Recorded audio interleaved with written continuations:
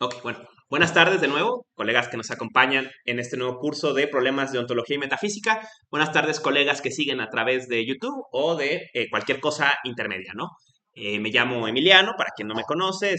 Eh, eh, este semestre nos ocupa un curso bastante sugerente, que es una introducción general a la fenomenología, ¿no? Una introducción a la fenomenología desde el concepto seres aparecen, ¿no? Eh, eh, Ahondaré un poco sobre esta cuestión hoy, pero vamos a utilizar esta equivalencia, ¿no? Como un eje para entender la fenomenología y para hacer un recorrido por algunos hitos de esta tradición de hacer filosofía.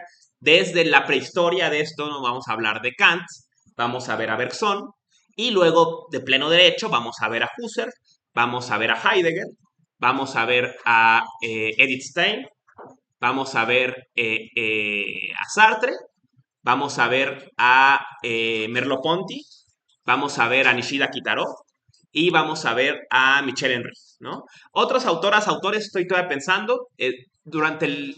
Otra cosa que siempre intento es eh, eh, estar cambiando los cursos, ¿no? Entonces siempre me esfuerzo a, cada verano, a dar un curso algo que no es exacto mi campo de especialidad, ¿no? O sea, mi campo de especialidad, si no estaría todo el tiempo dando Heidegger y Escuela de Kioto, ¿no? Pero si soy eso todo el tiempo, pues también me vuelvo más rancio, ¿no? Entonces, lo que intento es, por ejemplo, verano, ¿no? Me lo dediqué a leer a Michel Henry, ¿no? Entonces, vamos a ver Michel Henry, ¿no? Que es, pues, digamos, algo que no suele darse en la facultad, a ver a Merleau-Ponty, ¿no? Autores, a Edith Stein dirigió una tesis hace un par de años y de ahí empecé a leerla, ¿no? Son cosas que pues igual no se trabajan tanto en la facultad, va a ser interesante, pero claro, también no dejar de lado a nuestros referentes, ¿no? Entonces vamos a ver también a Nishida, ¿no? A Nishida, el gran pensador japonés del siglo XX. Eh, Eso es un poco la onda del curso. Les adelanto un poco la dinámica, ¿no? Como les decía, las clases van a quedar grabadas, al menos la parte expositiva. Se van a subir al canal de Habitar la Tierra, esperemos con una regularidad semanal, o sea, iremos una semana rezagados en el mejor de los casos. Si nos tardamos, tengan en cuenta pues, que lo hacemos casero todo, ¿no? Entonces pues, es complicado. Eh, Iríamos siguiendo lecturas seleccionadas, ¿no? Durante el curso les daría una selección, ¿no? De lean estas partes y pueden leer más, bueno, excelente, ¿no? Pero por lo menos unas selecciones de este apartado, de tal libro, para que pues ir siguiendo este recorrido de forma colectiva, ¿no? ¿Y cómo se va a evaluar? Bueno, como suele hacerse en la facultad, con un trabajo final, un ensayo de unas 10 cuartillas, en que expliquen, ¿no? Expongan y expliquen el argumento de algún autora o autor, ¿no? O sea, la diferencia noumeno-fenómeno en Kant es esta, como le explica en esta cita, que significa esto y esto y esto y esto, y con estas consecuencias, ¿no? Algo así deberían ser los ensayos y ya, ¿no? No les pongo más carga de trabajo como reporte de lectura y eso por la gente que no venga, ¿no? O sea, algunas personas que no tomen la clase sincrónicamente o lo que sea, pues también tengan chance, ¿no? De tener pues no se descarga tanto la chamba y también para que a mí no se me cargue tanto la chamba, ¿no?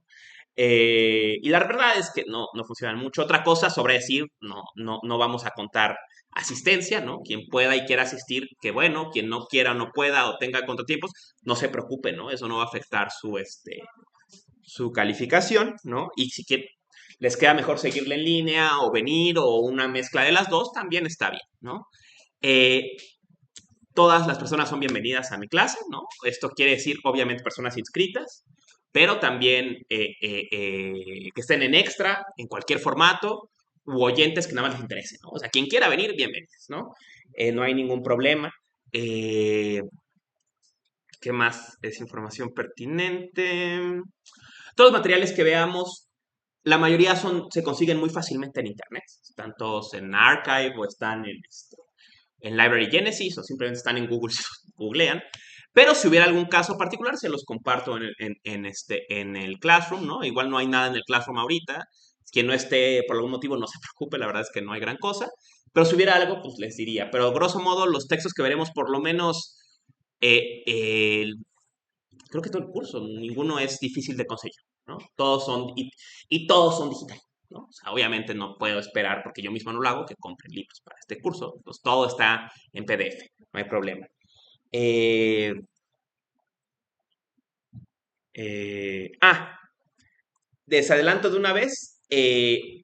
Yo siempre procuro darles el más tiempo posible para que puedan entregar su trabajo final.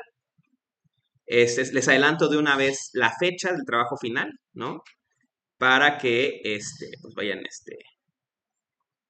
planeando, pero la vamos a aventar lo más lejos posible al 9 de enero, ¿no? Entonces, 9 de enero, fecha límite para entregar trabajo final.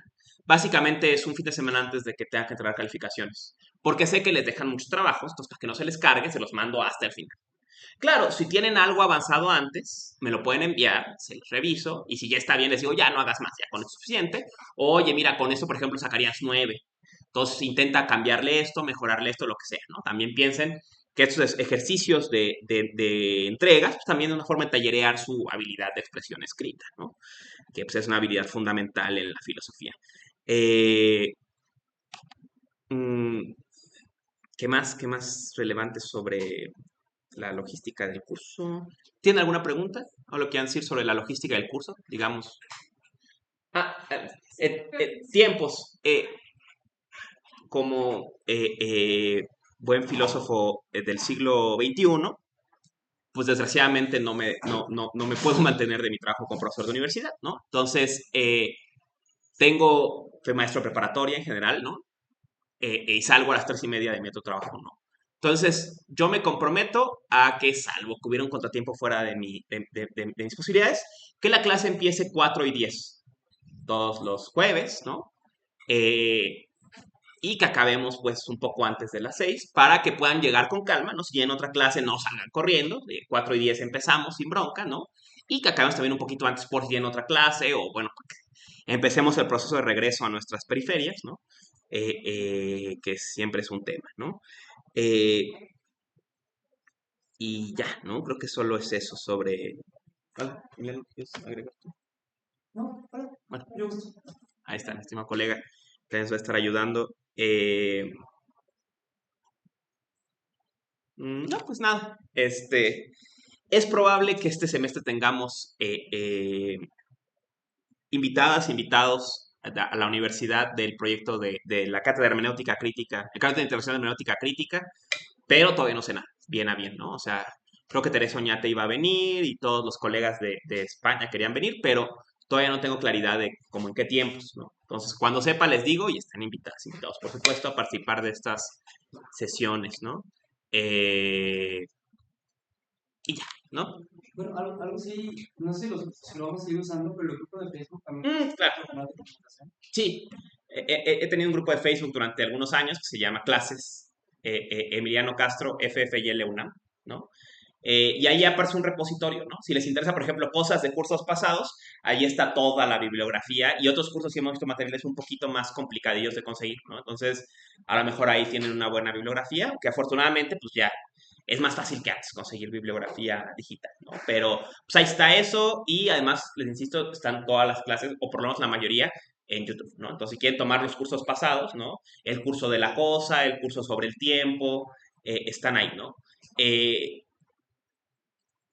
Estoy intentando también un nuevo formato que es convertir los cursos en libros, ¿no?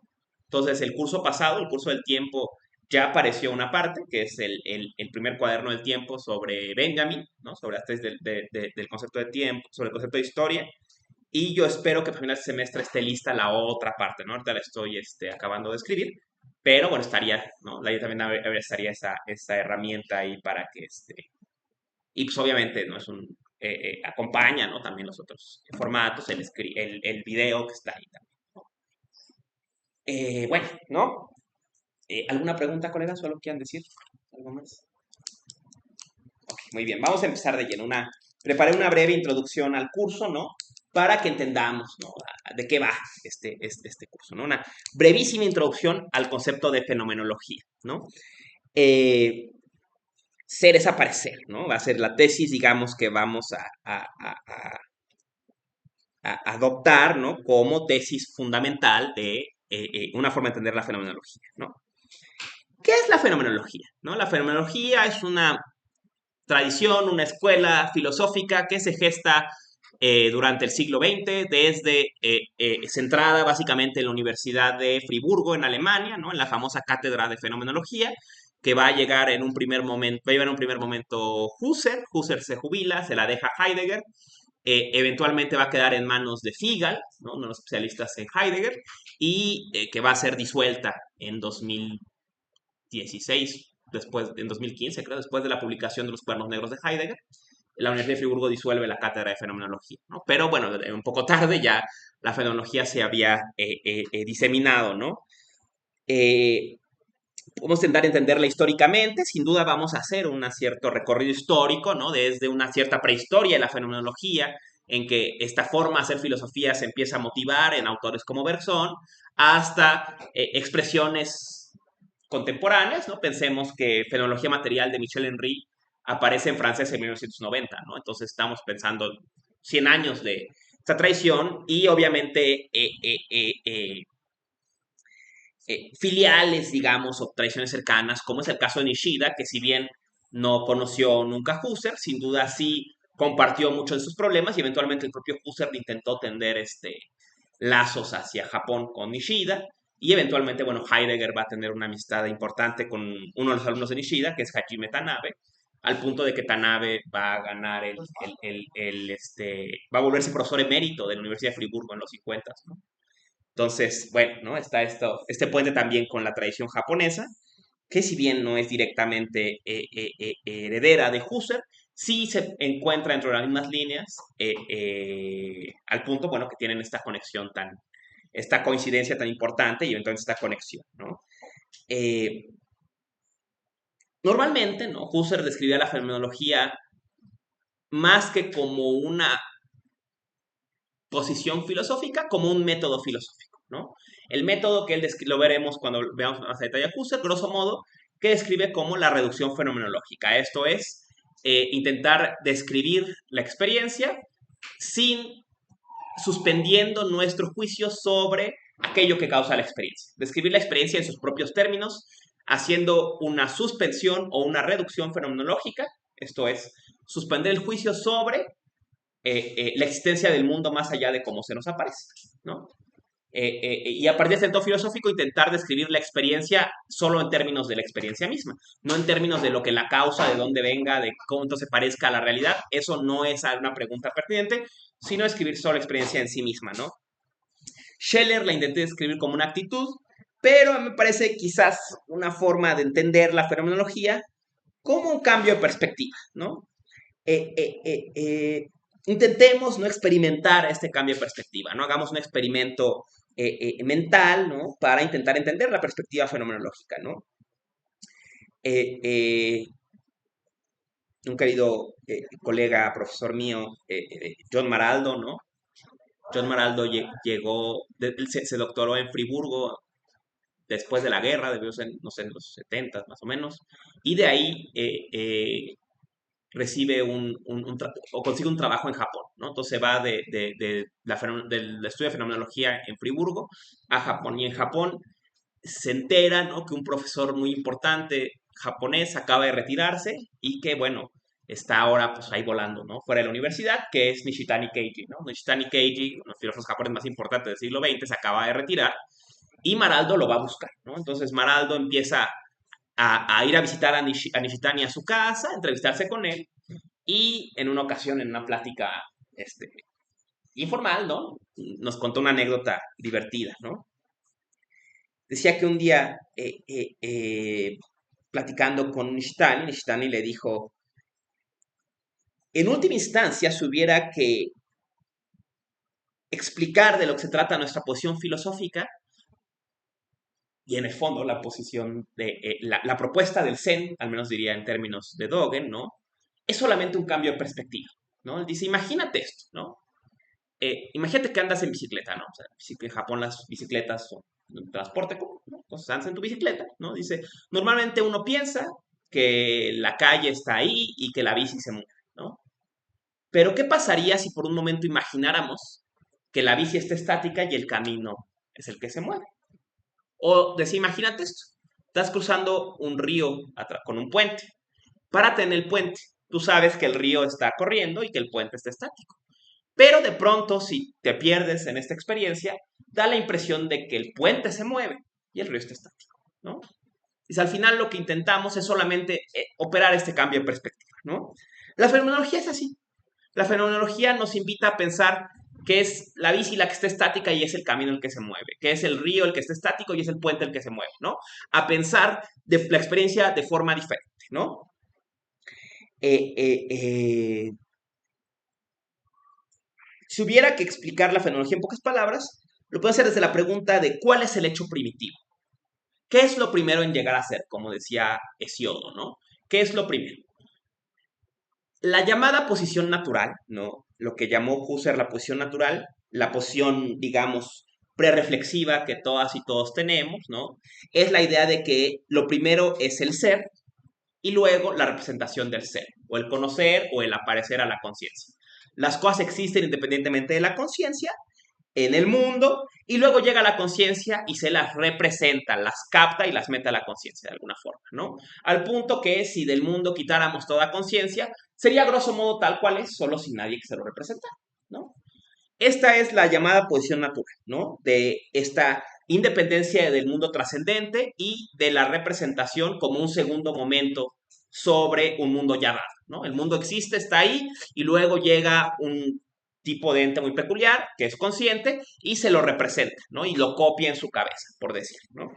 Eh, eh, eh,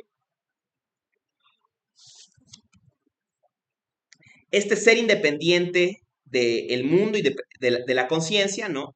No solamente es, si pensamos, la base de la metafísica occidental, sino va a sostener Husserl y eventualmente la tradición fenomenológica una posición prereflexiva, una precomprensión que tenemos de lo ente. O sea, no solamente los filósofos y las filósofas en la tradición occidental han pensado esto, sino seguramente si paras a alguien en la calle y le preguntas si cree que la realidad existe independientemente de su percepción, te va a contestar que sí, que por supuesto que sí, que cualquier otra cosa sería aberrante, ¿no? En ese sentido, ¿no? Esta posición natural, por eso le llama Husserl posición natural. El ser humano está naturalmente dispuesto a pensar que el mundo existe independientemente de su percepción, que el hecho primitivo es el ser de las cosas trascendentes y luego viene la representación como un segundo momento, ¿no? Es la posición natural. Natural estamos inclinados a pensar eso. Ahora ustedes, a esta altura de su carrera, ya saben, como dijo Heidegger en Ser y Tiempo, ¿no? Que si hay un prejuicio infundado, es este. Creemos esto, pero en realidad no tenemos ninguna prueba de la existencia independiente del mundo exterior. Es más, pareciera que por la propia construcción de la subjetividad, al menos si hemos entendido bien a Kant, dicha prueba es imposible. ¿Qué acceso podríamos tener como sujetos a la existencia del mundo independientemente de nuestra subjetividad?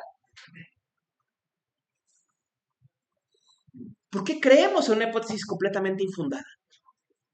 Pareciera que solamente es un artículo de fe, la existencia del mundo exterior independiente de la conciencia, ¿no? Y más aún, ¿no? Si creemos en esta posición trascendentista, digamos, ¿no? Que pone lo trascendente, el mundo trascendente como lo fundamental y la representación o la conciencia como un fenómeno secundario, habría que reconocer que hay una distancia infranqueable entre ser y conocer. Que la propia naturaleza de lo que es de principio inaccesible a la conciencia, porque el ser de las cosas estaría siempre afuera y sería con ello inalcanzable. ¿Me siguen hasta aquí? ¿No? No hemos ido más lejos de Hume y de Kant hasta aquí, ¿no? Esta es la posición natural, ¿no? Eh, eh, habría pues que reconocer que para esta posición ser y conocer, ser y aparecer a la conciencia son dos fenómenos de naturaleza completamente diferentes, sin ninguna relación. El mundo es tal cual es, independientemente de cualquier conciencia que se lo represente, ¿no? Y la conciencia es solamente un fenómeno secundario añadido a este mundo ya dado, ¿no? Eh, eh, eh, y esta posición pues nos presenta en este problema kantiano de que entonces pues nunca podemos conocer lo que el mundo es de hecho, La cosa en sí es inaccesible porque solamente sabemos de ella cómo se nos presenta, ¿no? Eh, Frente a este panorama de la poesía natural, ¿no? Para hacer frente a este problema de la infranqueabilidad del ser, de que la naturaleza misma de las cosas se nos sustraería porque sería una dimensión independiente al conocer, ¿no? Separada del conocer, ¿no? E inaccesible de principio al conocer, ¿no?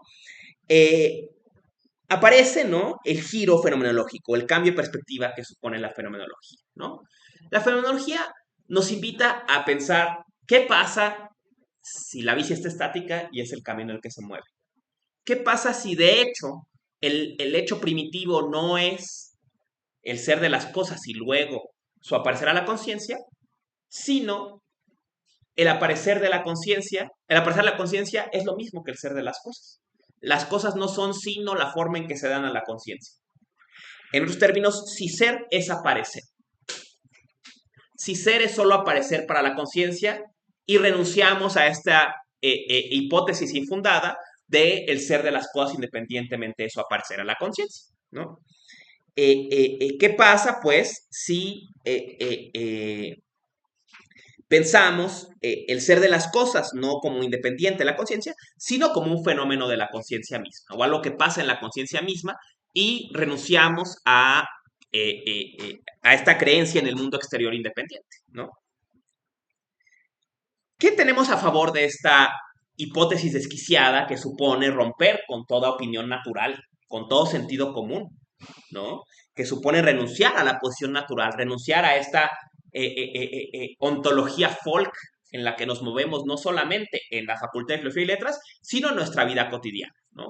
¿Qué nos motivaría, pues, a adoptar una posición completamente contraintuitiva de principio, como creer que las cosas no son sino cómo se presentan a la conciencia y que no hay ninguna razón para sostener una existencia independiente a su aparecer a la conciencia, ¿no? En otros términos, que la pregunta ¿qué es el mundo? Más allá de cómo se nos aparece, es una pregunta sin sentido. Eh, Aquí, ¿no? El argumento en favor de esto, ¿no? ¿Qué se nos da? ¿Qué se nos da? ¿Qué, ¿Qué hay en el mundo que no se ha dado a la conciencia? Aún, y esto no es un argumento de Husserl, es un argumento de Kant. Aún cuando yo digo el mundo trascendente, aún cuando yo digo el mundo más allá de la conciencia, no estoy haciendo sino una abstracción del fenómeno del mundo, de cómo se me aparece, y luego a eso le resto. Lo que sea que quede, eso se llama noumeno, ¿no? Así lo describe Kant en Crítica de la Razón Pura, ¿no? Dice, ¿qué es el noumeno? ¿Qué es la cosa en sí? Lo que sea que es el mundo cuando le quitamos la forma en que lo vemos. Entonces resulta que el mundo trascendente no es sino un segundo momento, una abstracción que hacemos sobre nuestra experiencia del mundo, ¿no? Entonces, a lo mejor habría que pensar al revés. No es que esté el mundo dado y luego lo experimentamos, sino a lo mejor lo primero en darse es la experiencia y de esa experiencia abstraemos la idea de que hay algo independiente. Creamos este prejuicio de que hay algo más allá del aparecer en el mundo. Y peor aún, que ese algo independiente de hecho es como se nos aparece relativamente y que si no hubiera ninguna conciencia, el mundo seguiría tal cual se nos aparece, ¿no? Resulta entonces que esto que pareciera lo primero, de hecho es lo segundo. De hecho es un segundo momento de abstracción sobre el hecho primitivo, que sería entonces el aparecer a la conciencia, ¿no? Si hubiera que escribir entonces otra vez en términos ontológicos la posición de la fenomenología, es ser es ser manifiesto a la conciencia. Ser es aparecer ante la conciencia. Cuando decimos que algo es lo mismo que decir se hace manifiesto, se muestra. En otros términos, en términos griegos, es fenómeno, ¿no? Es lo que se muestra, ¿no? Y la pregunta sobre todo ser, sobre el ser de algo más allá de su aparecer, es una pregunta sin sentido, ¿no? Es una pregunta que supone avanzar sobre este prejuicio infundado de la existencia independiente de las cosas, ¿no? ¿Cómo vamos hasta aquí? Ven estas dos posiciones, ¿no? Por un lado, la posición natural, que supone el ser como un hecho trascendente, y luego la percepción de la conciencia o la representación como un segundo momento, y la fenomenología que nos invita a preguntarnos por lo menos, ¿y qué pasaría si pensáramos al revés? Si imaginamos que de hecho lo primero es el aparecer, y del aparecer abstraemos la idea de que las cosas existen independientes de la conciencia. Si hubiera que responder a la pregunta de Hesiodo en la Teogonía, ¿qué es lo primero en llegar a ser? La filosofía hasta ahora ha dicho el ser trascendente. La fenomenología dice el aparecer ante la conciencia, ¿no? Sería grosso modo la cuestión, ¿no? Y entonces la tesis fuerte de la fenomenología es ser manifiesto ante la conciencia. Ser es mostrarse. Las cosas solamente son en tanto se hacen patentes. ¿Ok? Esta va a ser, digamos, sobre lo que vamos a construir todo el curso. Por eso el curso se llama Ser es aparecer, ¿no? Introducción a la fenomenología, porque vamos a ver la fenomenología desde esta clave. ¿Hasta aquí, colegas, alguna pregunta o algún comentario? Ok. Vamos a ir cerrando, ¿no? Para esta clase que igual no requiere ser tan larga, ¿no? Pensando algunas consecuencias. ¿Qué pasa, ¿no? Si practicamos este giro fenomenológico, si adoptamos este cambio de perspectiva y por un segundo al menos suspendemos nuestro prejuicio cotidiano sobre la existencia del mundo trascendente y adoptamos la perspectiva fenomenológica que va a partir no del ser independiente, sino del aparecer, ¿no? Vamos a hacer algunas consecuencias, ¿no? Consecuencia número 1, ¿no? Eso querría decir que el hecho fundamental no es trascendente, no está fuera de la conciencia, sino es la conciencia misma. Que el hecho fundamental no sería trascendente, sino trascendental. Y entonces, ¿qué creen? El problema kantiano queda resuelto. El ser, el fundamento del ser, eso lo veremos con Michel Henry, es el mismo fundamento del conocer. ¿Qué es lo que permite el conocimiento? Que las cosas se muestren. ¿Qué es lo que permite que se muestren? Problema resuelto. El problema de la cosa en sí que atravesó todo el siglo XIX, quedaría resuelto desde una nueva perspectiva. Que supone, por supuesto, como ya vimos, abandonar el prejuicio del mundo exterior, independiente de la conciencia, ¿no? Segunda consecuencia. Si aceptamos esta equivalencia de ser y aparecer, se sigue de eso otra equivalencia. Eso querría decir que ente, o sea, las cosas que son, de las que decimos es, en términos griegos, ¿no? Ente sería lo mismo que decir fenómeno, o sea, que se muestra. ¿Qué son las cosas? Lo que se muestra. Si tomaron el curso de las cosas de tiempo, vemos que la cosidad de la cosa es un poco más compleja, ¿no? Tiene un lado que se muestra, pero otro lado que siempre se rehúsa. Las cosas, dice Husserl, nunca se nos dan completas, siempre se nos dan con una cierta opacidad, ¿no? Algo que no se nos muestra, pero siempre como un poliedro, una cara así la vemos y las demás quedan siempre como posibilidades de nuevas interpretaciones, ¿no? Y como referencias al otro, que es otra perspectiva del mundo, otra perspectiva de ver las cosas, ¿no? Pero bueno, grosso modo, habría que decir entonces, si ser es aparecer, que ente es fenómeno y la tesis fuerte, digamos que va a ser un poco lo que vamos a intentar trabajar o sondear en el curso, que ser es que lo que sé que signifique ser, en la pregunta de la ontología, ¿qué hace que el ente, qué es el oneon? ¿Qué hace que el ente sea ente? La pregunta por el ser, en términos heideggerianos, es la pregunta por las condiciones de manifestabilidad. ¿Qué permite que las cosas se muestren? Si pensamos el manifestarse en términos heideggerianos griegos como aletheia, como desocultamiento, como salir del oculto, ¿no? Como brotar a la presencia, la pregunta por los entes sería la pregunta por lo que brota, y la pregunta ontológica fundamental por excelencia sería la pregunta por el brotar mismo. Puesto en otros términos, si pensamos a los entes como lo que está manifiesto, imaginemos, ¿no? Lo que está dentro de la luz del teatro, ¿no? Lo que permite el reflector que se muestre, La pregunta por los sets pregunta por lo que se muestra y la pregunta ontológica fundamental preguntaría por el reflector mismo, por lo que permite el mostrar. Como dijera Michel Henry, por la esencia de la manifestabilidad, o como dice Heidegger, por el ser como claro del desocultamiento, ¿no? Como ese espacio, ese lugar que permite que las cosas se muestren, ¿no? Ven cómo las preguntas de la ontología se convierten mediadas por la fenomenología. La pregunta por el ente se convierte en la pregunta por el fenómeno. La pregunta por el ser se convierte en la pregunta por la esencia de la manifestabilidad. Por las condiciones de la manifestabilidad, por el claro del desocultamiento, por donde brota lo que sea, como se quiera decir, ¿no?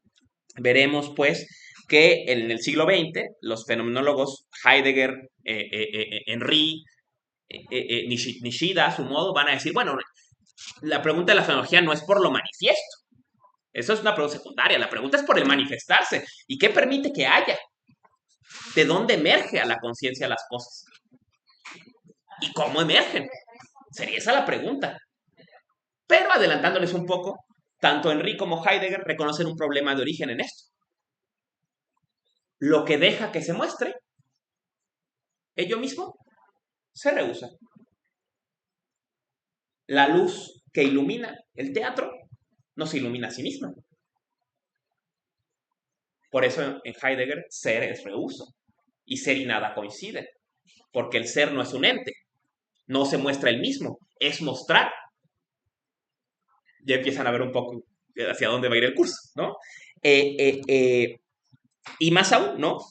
A partir de esto, llegamos a uno de los descubrimientos más fuertes, un gran descubrimiento que va a hacer Husserl en su pensamiento tardío, aparece en su obra Ideas, en la tercera parte de Ideas, Ideas 3, que aunque se publica póstumamente en 52, estaba preparándose desde los años 20 y es muy probable que Heidegger, Henry, todos ellos conocieran estos trabajos de viva voz, o sea, que Husserl les contara lo que estaba haciendo, aunque no estuviera publicado todavía.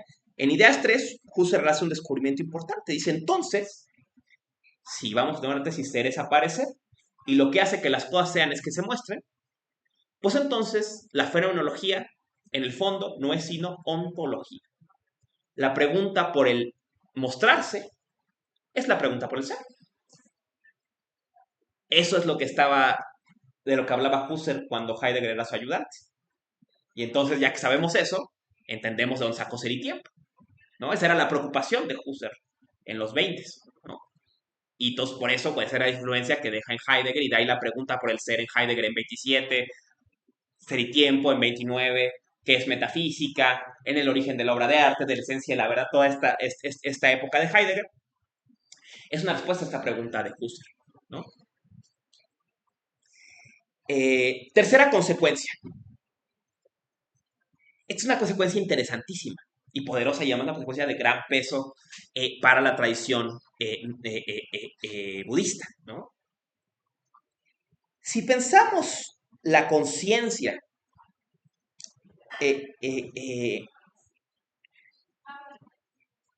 grosso modo, si entra en detalles de qué es, como la condición de la manifestabilidad, lo que permite que las cosas se muestren, donde las cosas pasan, donde resulta que el ente es, el claro donde el ente se hace manifiesto, habrá que aceptar que la conciencia no está aquí, que la conciencia no es una función del cerebro. Una de las grandes tesis de Husserl, toda conciencia es conciencia de algo, toda conciencia tiene un elemento que la trasciende. ¿Qué quiere decir esto? La conciencia no está aquí, la conciencia está acá. La conciencia, dice Husserl, es un rayo, no está dentro, es una proyección, es una fuerza que salta hacia el mundo. En términos de Husserl, de Heidegger y eventualmente abrazados por Sartre, la conciencia existe, está echada afuera. ¿Qué es la conciencia? ¿Dónde está la conciencia? Aquí. Es esto, este claro que permite que el mundo pase.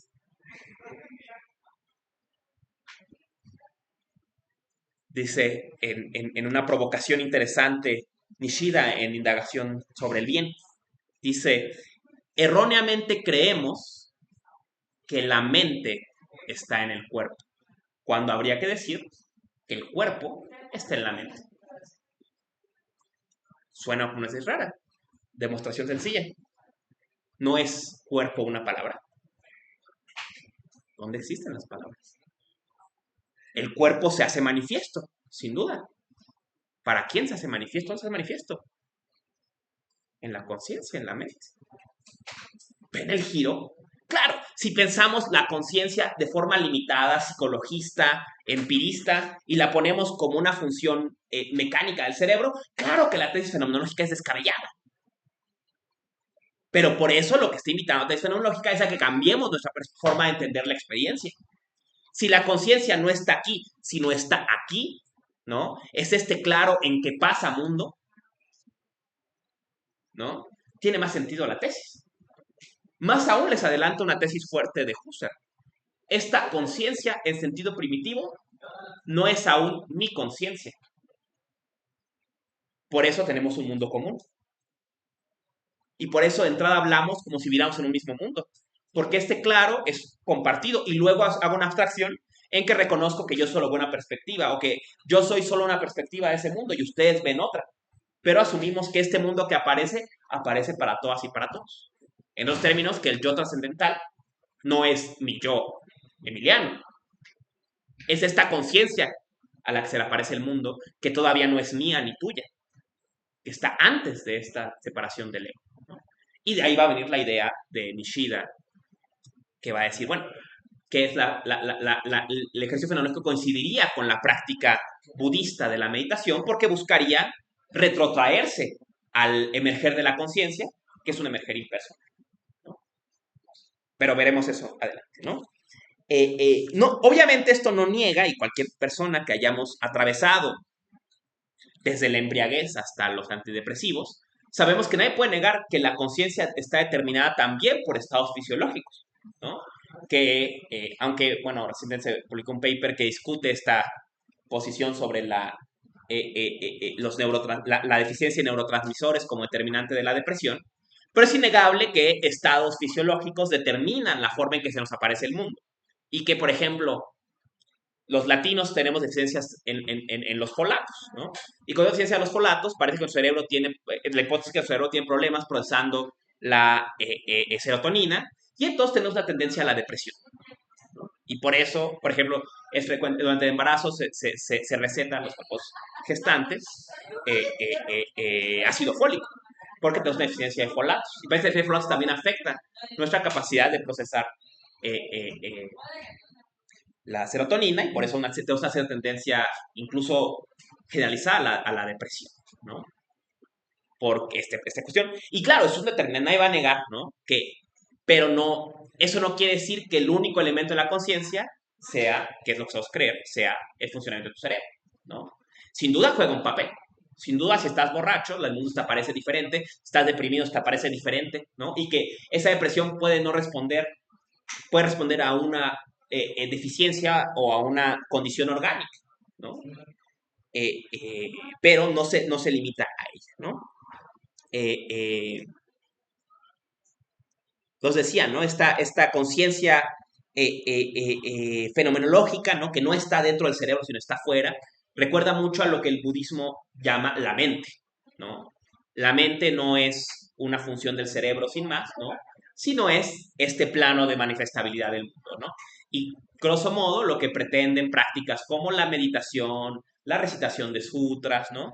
Es disolver el yo actuante para que se reencuentre. Decía, le voy a dar un ejemplo, ¿no? El primer gran maestro de la tradición budista japonesa es Kukai. Kukai practica una forma de budismo que es el budismo Shingon. El budismo Shingon es un budismo que se enfatiza en los rituales. Y él explica qué se trata del ritual. El ritual lo que busca es sacar el agente de la acción. Si tú haces algo una vez, lo haces conscientemente. 2 veces, 3 veces.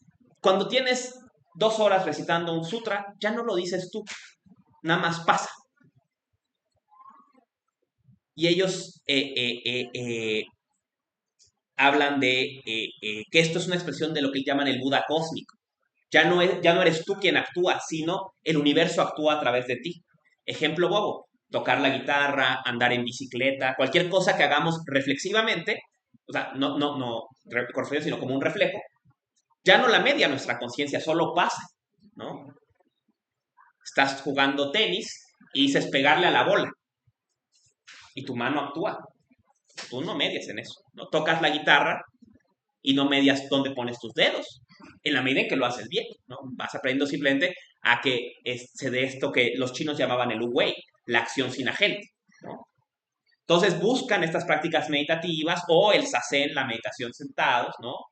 Reconectarse con esta mente o este mente como plano de manifestabilidad más allá de los apegos de la conciencia egoica. Veremos eso adelante, no se preocupen. Eh, para ir terminando, ¿no? Última consecuencia, ¿no? Quizás una de las más radicales. Otra que, por cierto, también previó el propio Husserl y que luego va a determinar a varios, entre ellos a Heidegger, a Ricoeur, ¿no? Va a decir, bueno,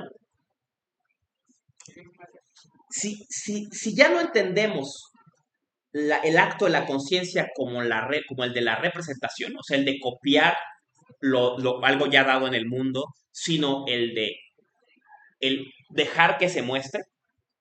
Entonces, la conciencia no solamente representa el mundo, sino que lo presenta. En los términos, lo crea. ¿Cómo funciona esto? Dice, por ejemplo, veremos en Fenomenología de Percepción, abre Merleau-Ponty. Dice, uno de los grandes errores del empirismo es creer que cuando percibimos captamos datos. No captamos datos. Dice, da un ejemplo genial. Si captáramos datos,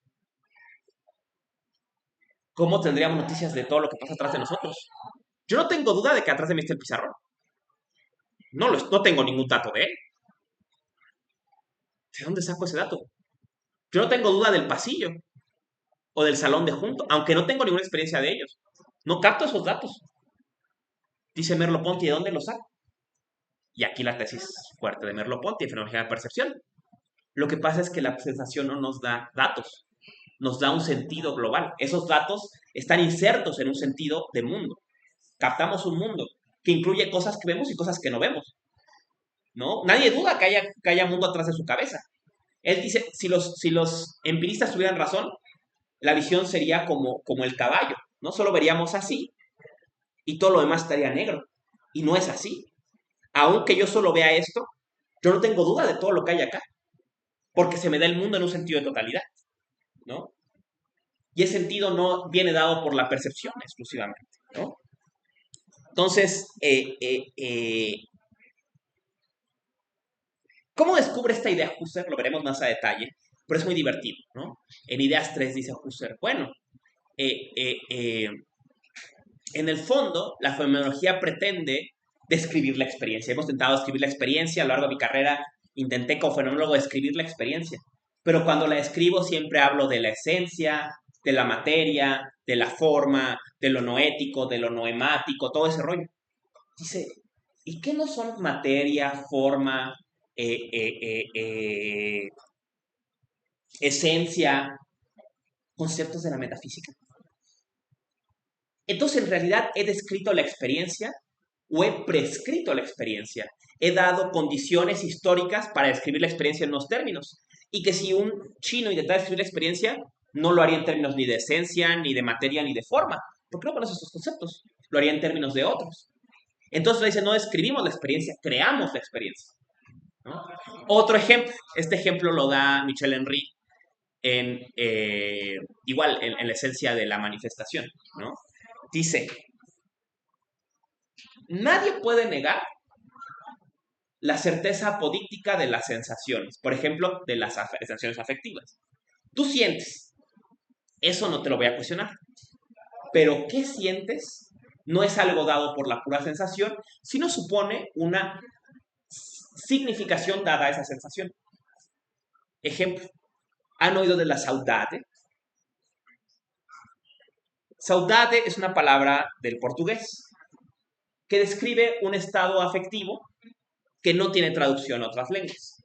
La saudade suele escribirse como un estado afectivo que mezcla la nostalgia, la alegría, eh, eh, eh, una nostalgia alegre, ¿no? Incluso, bueno, ha sido objeto de muchas investigaciones, ¿no? Y también, por ejemplo, si les gusta la bossa nova, en la bossa nova todo el tiempo hablan de saudade. Recientemente hay una película muy buena, que se la recomiendo ampliamente, desde recién, y ganó el Oscar, afortunadamente. Sí lo ganó, ¿no? Si no, se lo merecía. Mejor película extranjera. Y se merecía mejor película, que es Aún estoy aquí, película sobre la dictadura en Brasil, ¿no? Si recuerdan la película, cuando la hija mayor se va a Londres, les manda cartas que asocia con película Super 8. ¿Saben? La película Super 8 no graba audio, solo graba video. Entonces les manda los Super 8 de cómo es la vida en Londres y les acompaña una carta. Entonces toda la familia se junta a ver el video mientras leen la carta. Y cuando habla de su familia, dice saudade tal, saudade tal, saudade tal, ¿no? O sea, como decir, traducen los extraños. Pero es como, oye, ojalá estuvieras aquí, me lo estoy pasando muy bien, pero te echo de menos, ¿saben? Es una emoción compleja. ¿A qué va todo esto? Nosotros podemos sentir saudade. Diría Michel Henry, no necesariamente, porque no tenemos la forma de escribirlo. Sentimos nostalgia o alegría o, ¿no? Pero no tenemos esa emoción porque no tenemos la categoría para describirla. Sentimos, pero cuando escribimos esa sensación, le llamaríamos tristeza o nostalgia o no sé, ¿no? No tendríamos esa categoría. Otro ejemplo que da él, ¿no?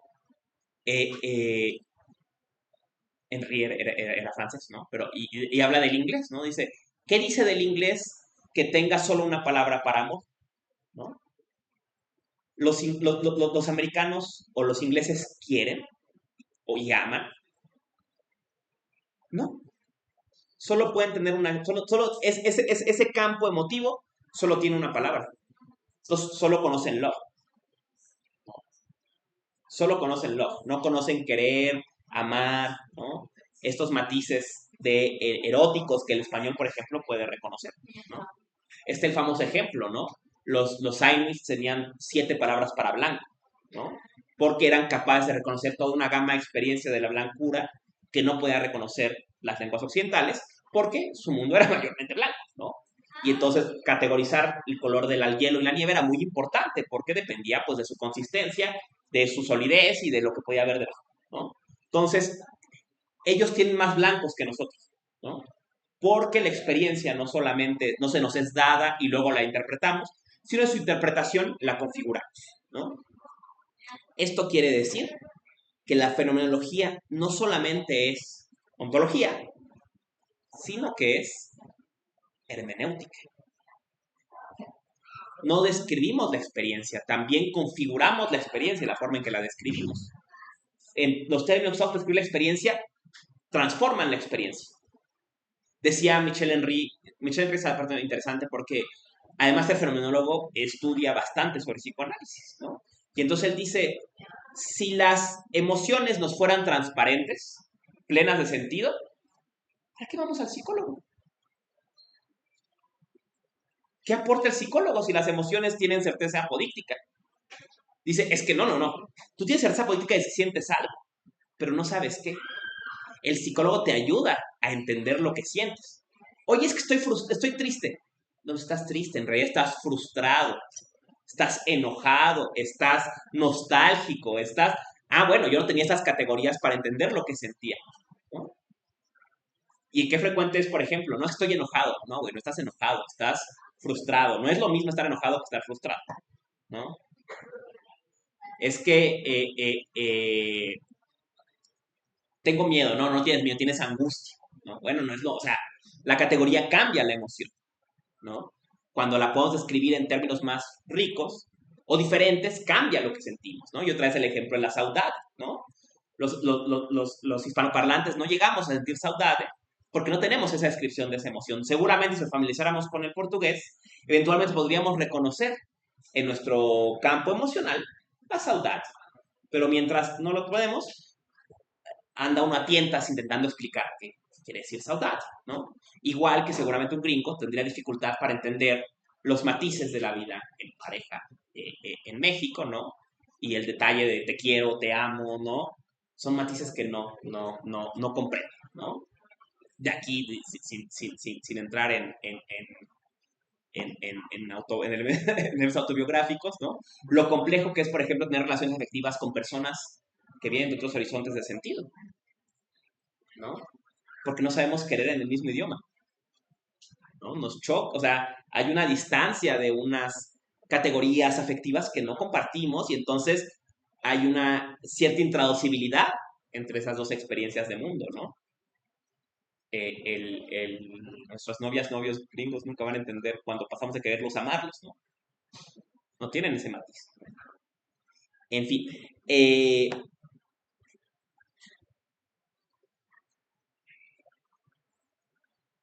ahora, ¿no? Estas, decir que la fenomenología es hermenéutica, ¿no? Ya para aterrar la clase de hoy, tiene dos consecuencias interesantes, ¿no? Quiere decir, entonces, ¿no? Que en términos heideggerianos, ¿no? Que el ente es, las cosas son, el ser acontece, pasa, es un fenómeno, es algo histórico. La forma en que las cosas se manifiestan es histórica, cambia. Distintos pueblos, distintas comunidades históricas, se les ha mostrado el mundo de forma diferente. Los Inuits tienen un mundo distinto al nuestro. Los brasileños tienen un mundo distinto al nuestro en alguna dimensión, se les abre desde otras categorías, ¿no? Y estas categorías, entonces el mundo no está dado una vez y para siempre, sino se da en sus distintas interpretaciones, ¿no? Y la historia del mundo, la historia de sus interpretaciones también, de la forma en que se ha hecho manifiesto, ¿no? Decía Heidegger sobre esto, ¿no? Decía, con qué inocencia leemos a los griegos, ¿no? Decimos, ay, sí, ay, qué tonto tal es que pensaba que todo era agua, ¿no? Qué inocente, ¿no? Dices, no, ¿no será más bien que estamos tan lejos de ese horizonte de mundo que ellos tenían que ya sus términos fundamentales no son incomprensibles? ¿Hay algo en ellos que ya no podemos entender? El mundo que se les hacía manifiesto sí era de esa naturaleza. El nuestro es un mundo de objetos inertes, listos para, movidos por fuerzas y listos para estar expuestos ahí para nuestro uso, ¿no? Pues claro que un mundo, pensemos en Lenkersoft, ¿no? Un mundo en que las cosas, las casas y los autos y las tienen vida también, es incomprensible para un occidental, porque para nosotros todas las cosas están inertes y dispuestas ahí para que las usemos, ¿no? No sé, pues incomprensible esto, ¿no? Eh, entonces, decía, ¿no? Esta dimensión hermenéutica de la fenomenología supone, pues, entender el acontecimiento del ser como un acontecimiento histórico, o sea, algo que pasa, y no solo pasa, y no solo histórico en el sentido de que pasa, sino en el sentido de que determina la forma en que una comunidad humana se enfrenta al mundo, ¿no? Es desde este esenciarse del ser, diría Heidegger, que se echan las distancias del mundo, que sabemos quiénes somos y qué es lo que nos rodea y cómo nos debemos relacionar con ello, ¿no? Y que hay una interesante distancia hermenéutica cuando nos confrontamos con otras culturas y reconocemos que tienen otros mundos, que viven en mundos diferentes. Y eso enriquece también esa posibilidad de cuestionar el mundo en que vivimos, resignificarlo y cambiar, ¿no? En fin, ¿no? Este es pues el eje del curso, colegas, ¿no? Ser es aparecer, cuáles son las consecuencias de esta tesis de la fenomenología, ¿no? Vamos a perseguirla desde la prehistoria de la fenomenología. La clase que viene vamos a ver a Kant, luego vamos a ver materia y memoria de Bergson, luego vamos a ver ideas de Husserl, luego vamos a ver, ¿cómo se llama? El texto, vamos a ver de Heidegger, aquí lo tengo.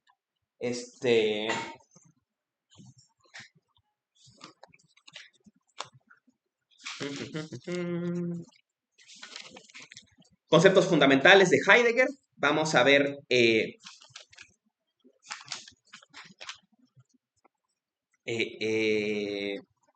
sobre la empatía de Edith Stein. Vamos a ver, seguro vamos a ver fenomenología material de Michel Henry y indagación del bien de Nishida, ¿no? Todavía vamos a ver cómo nos va de tiempos, si podemos meter alguna otra cosa más. Quería que viéramos Sartre, que viéramos Scheller, pero digamos primero lo que ya está preparado y luego lo que todavía no está al 100, pues ya, a ver si nos da tiempo, ¿no? Les digo también un curso un poco experimental, entonces, pues, a ver qué pasa, ¿no? Eh, claro, fenomenología de percepción de Merleau-Ponty, ¿no? Fenomenología de percepción también sí está ya definido que sí lo vamos a ver. ¿Alguna pregunta, colegas? ¿Pregunta, comentario, queja? Adelante, por favor. ¿Qué nos recomendarías ver ahorita en el YouTube para empezar? Mm, Échenle un ojo a lo que haya de, eh, si quieren como introducirse a fenomenología. Tengo varias clases de Kant, esas les pueden ayudar. Vamos porque va a ser Kant la semana que viene. Y en el curso de la cosa, que es del año antepasado, no, bueno, no me acuerdo, pero ahí está, en el curso de la cosa, pueden ir adelantando, no, antes de eso. En el curso pasado, el del tiempo, di dos clases de Bergson. Entonces, si ven las clases de Bergson, eso les va a ayudar. Pero vamos a releer, porque ese tiempo, estamos viendo el eje del tiempo, ¿no? Ahora vamos a ver el concepto de imagen en materia y memoria, ¿no? Entonces, hablo un poquito de imagen, pero la clase, dentro de 2 clases, vamos a ver el tema de imagen en Bergson, digamos, de lleno, ¿no? Y prepárense porque yo no conocía a Bergson, ¿no? Yo fue el año pasado el invierno que me entré a leer a Bergson y sí supone igual un cambio radical de nuestra perspectiva, ¿no? O sea, plantea el vitalismo bersoniano, pues sí plantea toda otra forma de ver el mundo, ¿no? Muy, muy, muy rica, ¿no? Eh, ¿Algo más, colegas? ¿Preguntas, comentarios? Perdón, ¿cuál era la lectura? Perdón, la lectura. Próxima clase vamos a ver de la analítica trascendental, nómeno y fenómeno, de apartados sobre nómeno y fenómeno. Y pues, si no lo han leído, échenle una leída al prólogo, ¿no? Al clásico. Ya es clásico, ¿no? Les decía antes de salir de vacaciones, estaba platicando con Rebeca, con la profesora Rebeca Maldonado, mi querida profesora. Ella escribió hace años un libro muy importante, fue tesis de doctorado, ¿no? Que se llama Kant, la razón estremecida, ¿no? Yo le decía a Rebeca, yo al día de hoy, dice, yo doy clases a partir de eso, porque tú tienes la tesis más fuerte sobre leer a Kant. El problema es que todo el mundo lee a Kant y nada más lee la introducción, ¿no? O sea, todo el mundo lee analítico, sintético, a priori, a posteriori y ya está, ¿no? En el mejor caso es la estética, ¿no? Le digo, tu gran revolución fue decir, oye, ¿por qué no leen lo demás? ¿No? ¿Por qué no leen el prólogo? Y dice, y con eso cambiaste la forma en que se enseña Kant, por lo menos, ¿no? O sea, das un Kant desde la ontología, ¿no?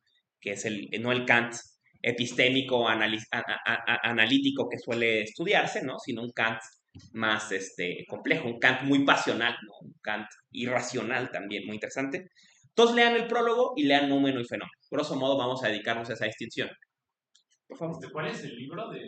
La crítica a la razón pura. Pero el libro de... De Rebeca Kant, la razón estremecida. Kant, la razón estremecida. La razón estremecida. La crítica de la razón. Es una lectura de Kant en general, particularmente la crítica a la razón pura. Les puede ayudar si quieren verlo y también si les interesa, la introducción del libro es muy buena porque habla de la recepción inmediata, ¿no? O sea, como los primeros autores que leyeron el libro lo reciben, como que pensaban, ¿no? De cómo se leyó a Kant en un primer momento, es muy interesante.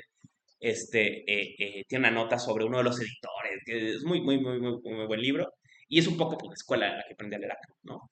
Pero les digo, con que lean el nómeno, el fenómeno y el prólogo. Ahí saben, a mí me encanta, siempre lo recomiendo. En Estética Trascendental, el parágrafo, un parágrafo que se llama Una aclaración, en que habla sobre el problema del tiempo y la mutación. Siempre doy ese apartado porque me encanta. Y es muy interesante porque también es de los pocos apartados en que Kant habla sobre cómo entender el mundo más allá de la subjetividad, ¿no? O sea, ¿qué habría más allá de la subjetividad, ¿no? Entonces, échenle un ojo a esos y con eso la próxima clase. Y si quieren ir adelantando, lean sobre todo la primera parte de materia y memoria de Bergson, ¿no?